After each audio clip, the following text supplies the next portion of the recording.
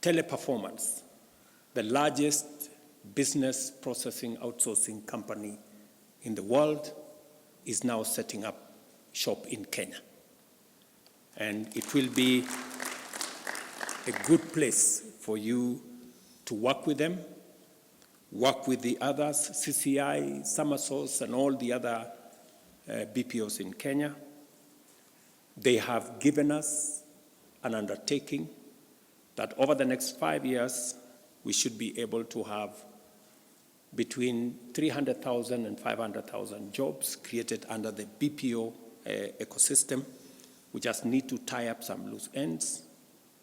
One of them is to make sure that the legislative framework that did not recognize BPO as a sector, especially on matters to do with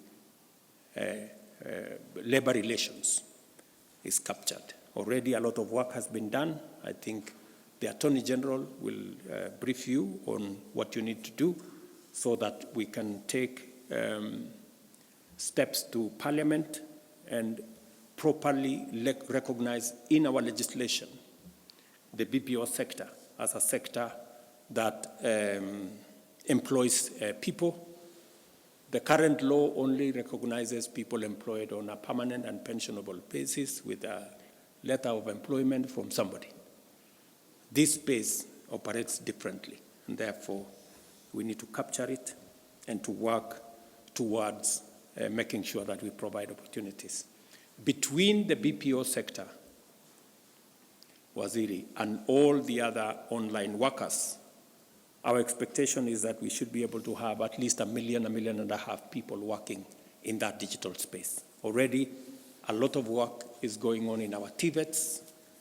There are some already set up ICT hubs, and I'm very confident that under your leadership, we will be able to create the necessary environment for the young people of Kenya to take up their talents, their energy, and their expertise in the digital space to work, to create commerce, to do business, and to move forward.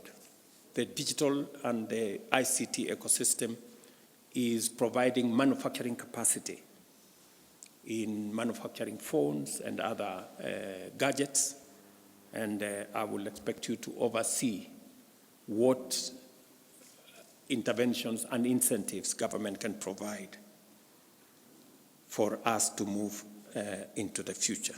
I expect you to serve the people of Kenya with dedication, professionalism, fairness, and understanding. While we must be firm and effective in our actions, we should also approach our engagements with compassion and patience, particularly when communicating with the public. We must also do more to minimize misunderstandings and enlist all citizens in the collective task of national transformation. With limited fiscal space and ongoing austerity measures, many are being asked to make do with less than expected. It is important that we consistently clarify the state of affairs and articulate our vision, embracing short-term austerity for long-term prosperity, while prioritizing investment in the multipliers of opportunity and abandoning expenditure on consumption. To articulate this position effectively, we must be transparent, accountable, and efficient in managing public resources. We must be excellent stewards of public funds, taking a strong stand against corruption and wastage. As the implementation phase of the bottom-up economic transformation agenda progresses, we must get it right every time. I trust in your ability, readiness, and willingness to provide effective leadership, and look forward to benefiting from your true and faithful counsel. I urge you to live up to the oath you have just taken every day, to obey, respect, and uphold the Constitution and all the laws, to serve the people with honor and dignity, and to hold your office with the highest integrity. Most importantly, I hope you will strive to be the strongest and most reliable link in the chain of the executive. I trust that you will be the officers to rely on for wisdom, strength, clarity, and courage.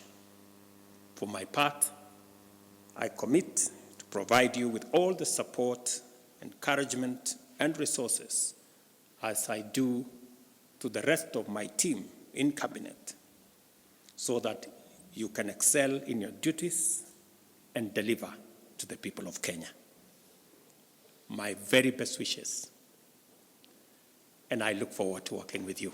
With their strong mix of leadership skills and extensive experience in political, legislative, and executive capabilities, these cabinet secretaries are very well equipped to mobilize the machinery of government, drive them to deliver services to the people of Kenya, while steering inclusive development and economic growth that leaves no one behind. I wish to remind all of us that 2 years and 4 months ago, we secured our governing mandate based on an ambitious plan to propel our nation towards a prosperous future. The bottom-up economic transformation agenda is now well underway, with intensive and extensive work being carried out across the country in all priority value chains and cross-cutting enablers that constitute its strategic pillars. Thousands of new housing units are being built across Kenya, employing hundreds of thousands of people, facilitating transformative industrial growth in many supply chains in the construction sector, and providing opportunities for decent living conditions for millions of Kenyans eventually. It is also providing us with the opportunity to reduce on land fragmentation that is threatening our food security. On the other hand, productivity in agriculture and livestock has enabled sufficiency and self-sufficiency in critical crops, including maize and sugar, while community health promoters are actively delivering timely and quality primary health care services at the grassroots level as we make unprecedented strides in the universal health coverage plan. I therefore expect you to serve the people of Kenya with dedication, professionalism, fairness, and understanding. Specifically, to my 3 friends. We know each other very well, and we've come a distance together. And I know what you can do for not this administration, but for the people of Kenya. At the Ministry of Agriculture, which I have some experience, there is underway a major transformation, a shift from consumption subsidies to production support. I was very impressed to see the Honorable Kagwe take on the questions from members of Parliament with great understanding of where we want to go from here. And I am sure and confident that the transformation in the agricultural sector that is necessary from enhancing productivity, adding value to what we produce, and finding the routes to market for what we have produced is going to be front and center of your leadership of the team at the Ministry of Agriculture. The procurement of fertilizer has already been undertaken I will look up to you for leadership on how this fertilizer is going to get to every farmer to make sure that we eliminate any impediments, any shortcomings, the correct fertilizer to the correct farmers.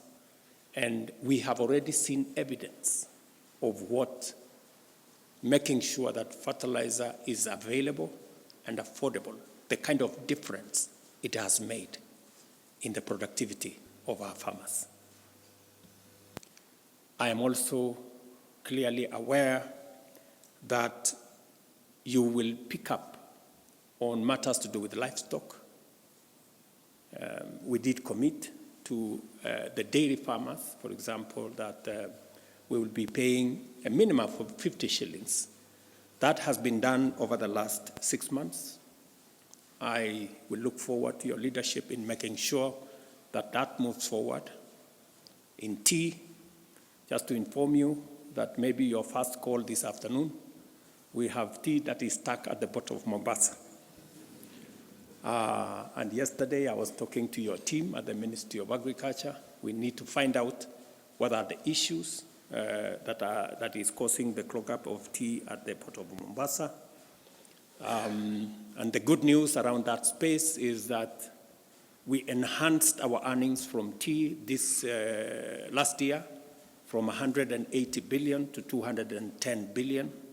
And farmers are expecting us to look at the future, and they expect us to do better in the coming year. I have no doubt that you have what it takes to take that forward. My younger brother, Lee,